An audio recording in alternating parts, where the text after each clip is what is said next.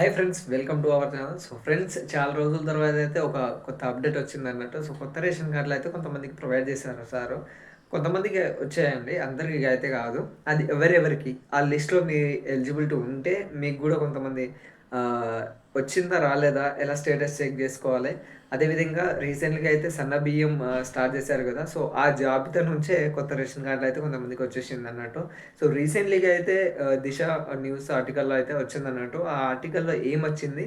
So ration card ఎవరెవరికొచ్చిందనేది end వరకు చూస్తే మీకు క్లారిటీగా అర్థమైపోతుందన్నట్టు. సో జస్ట్ అండి, చిన్న రిక్వెస్టు, వీడియో నచ్చితే మీ ఫ్రెండ్స్ అండ్ ఫ్యామిలీ వాళ్ళకైతే షేర్ చేయండి. మంచి ఇన్ఫర్మేషన్ కాబట్టి.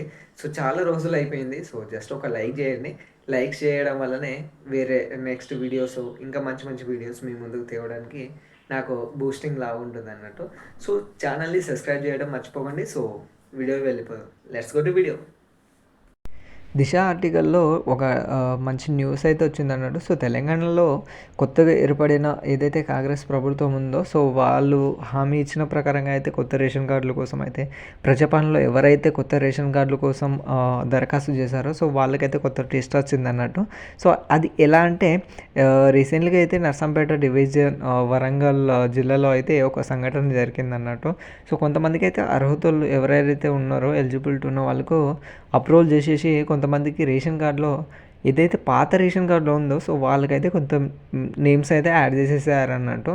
ఎగ్జాంపుల్ ఎలా అంటే ఒక ఫ్యామిలీ, కొత్త ఫ్యామిలీ 8 ఇయర్స్ 10 ఇయర్స్ బ్యాక్ వాళ్ళు మ్యారేజ్ చేసేసుకొని ఇద్దరు పిల్లలను ఎవరైతే వాళ్ళ ఫ్యామిలీ వాళ్ళు ఉన్నారో, సో వాళ్ళైతే కొత్త ప్రజాపాలనలో కొత్త రేషన్ కార్డు అప్లికేషన్ పెట్టారన్నట్టు. సో అది ఎవరైతే అథెంటికేషన్ పర్సన్స్ ఎవరైతే ఆఫీసర్స్ ఉన్నారో, సో వారు గ్రౌండ్ లెవెల్లో వెళ్ళి అథెంటికేషన్స్ ఏదైతే ఉంటుందో అది సర్వే చేయకుండానే ఏదైతే అప్రూవల్ ఇచ్చారో, సో అది మిస్ మ్యాచ్ అయిందని చెప్పొచ్చు. ఏదైతే అల్లుడి పేరేమో అత్త వాళ్ళ ఇంట్లో అండ్ కోడలి పేరేమో అత్త వాళ్ళ ఇంట్లో రేషన్ కార్డులో నేమ్ అయితే యాడ్ అవ్వడం జరిగింది. అది కాకుండా ఇద్దరు పిల్లలు అయితే వాళ్ళ నానమ్మ వాళ్ళ ఎవరైతే ఉన్నారో, సో వాళ్ళకి రేషన్ కార్డులో అయితే యాడ్ అవ్వడం జరిగింది అన్నట్టు. యాక్చువల్గా కొంతమందికి అయితే వచ్చిందన్నట్టు, మరికొంతమందికి అయితే ఇంకా రాలేదని చెప్పొచ్చు. సో చాలామంది అయితే ఆధార్ కార్డులో ఉన్న నేమ్ కావచ్చు, లేకపోతే వాళ్ళ ఏదైతే సర్టిఫికెట్స్ ఇచ్చారో, సో ఆ సర్టిఫికెట్స్ అనేది ప్రాపర్గా ఉండకపోవడంతోనే కొంతమందికి ఇంకా అప్రూవల్ అవ్వలేదని చెప్పొచ్చు. సో కొంతమందికి అయితే అప్రూవల్ అయింది, అంటే కొత్త రేషన్ కార్డులు ఏం రాలేదండి. కాకపోతే పాత రేషన్ కార్డులోనే నేమ్స్ యాడ్ అయ్యాయి అన్నట్టు. సో అలా యాడ్ అవ్వడం వల్లనే వాళ్ళకి కొత్త నేమ్ ఏదైతే కొత్త ఎన్రోల్ అయింది కదా, సో అదే కొత్త రేషన్ కార్డు కింద అని చెప్పేసి ఆర్టికల్లో ఉందని చెప్పొచ్చు. సో అత్తమామ కార్డులోనే అల్లుళ్ళు అని చెప్పేసి ఇందులో మెన్షన్ చేశారు.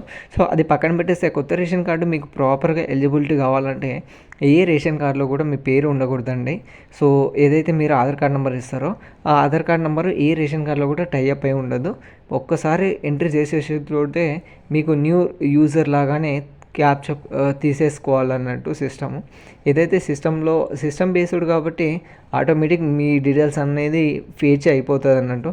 దాని ద్వారా ఎవరైతే కొత్త అప్లై చేశారో, సో వాళ్ళు అప్రూవల్ అవ్వాలా రిజెక్ట్ అవ్వాలన్నది మీ ఏదైతే విలేజ్ రేషన్ డీలర్ కావచ్చు, లేదంటే రెవెన్యూ ఆఫీసర్ కావచ్చు, లేకపోతే అసిస్టెంట్ ఎవరైతే ఉంటారో, సో వాళ్ళకైతే ఒకసారి కాంటాక్ట్ అవ్వాల్సి ఉంటుంది అన్నట్టు. ఎలా అంటే మీ సేవకు వెళ్ళినా కూడా వాళ్ళు ప్రాపర్గా మీకు ఇన్ఫామ్ చేస్తారన్నట్టు.